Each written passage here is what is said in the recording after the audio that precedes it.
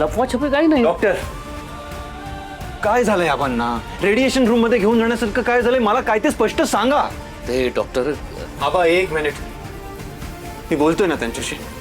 हे बघा डॉक्टर, जे काही झालंय ते आम्हाला स्पष्टपणे सगळं क्लिअर सांगा. आबांना ब्रेन ट्यूमर था.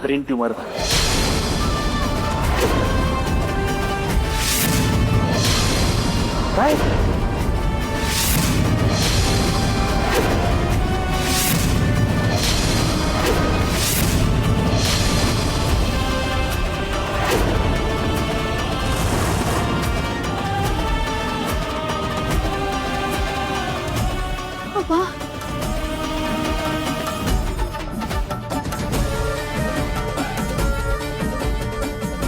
त्यांची पुढची ट्रीटमेंट जर नाही झाली तर त्यांच्या जीवाला धोका आहे.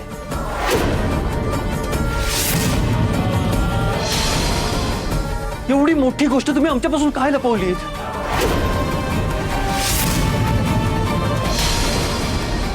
हा बोला ना काहीतरी, मी तुमच्याशी बोलतोय. आबा तू शांत हो, चिडचिड करू नकोस. अहो चिडचिड करू नको, तो काय करू मी?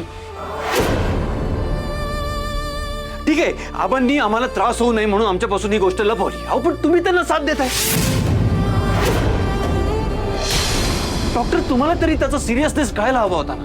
तुम्ही का लपवलं आमच्यापासून हे सगळं? हे बघ, त्यांना दोष देऊ नको, त्यांची चूक नाही, त्यांना मीच सांगितलं होतं. I am really sorry, but मी ह्या सर्व गोष्टी तुमच्या कानावर घालण्याबाबत आबांना वारंवार सांगितलं होतं. पण आबांच्या हट्टापुढे माझं काही चाललं नाही.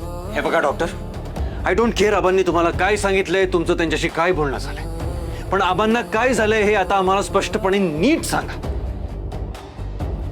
त्यांचा ब्रेन ट्यूमर सध्या लास्ट स्टेजला जायच्या मार्गावर आहे.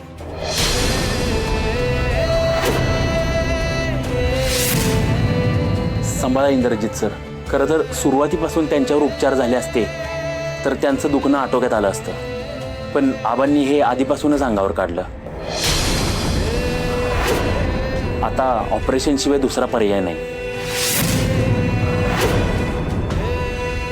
आबा, हो, तुम्ही काय हे आधी सांगितलं नाही आम्हाला?